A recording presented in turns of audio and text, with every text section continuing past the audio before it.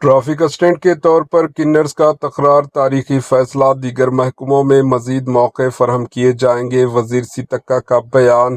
ریاستی وزیر سیتکا نے ٹریفک اسسٹنٹ کے طور پر کنرز کے تکرار کے سلسلے میں ریاستی کانگریس حکومت کے فیصلے کو تاریخی قرار دیتے ہوئے ان کی رول کی ستائش کی۔ انہوں نے کہا کہ دیگر ریاستوں کی حکومتیں اور مرکزی حکومت اس طرح کے اقدامات کر رہی ہے۔ انہوں نے اعلان کیا کہ معذورین کے کوٹے کے تحت کنرز کو اندرمہ مکانات الاٹ کیے جائیں گے۔ سیتکا نے، جنہوں نے سکریٹریٹ میں جائزہ اجلاس کی صدارت کی، ڈسٹرکٹس میں مائٹری کلینکس کے قیام کا بھی حوالہ دیا۔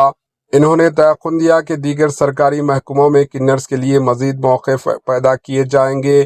انہوں نے اعادہ کیا کہ اس پروگرام کا اصل مقصد کنرز کے لیے مساوی موقع فراہم کرنا ہے۔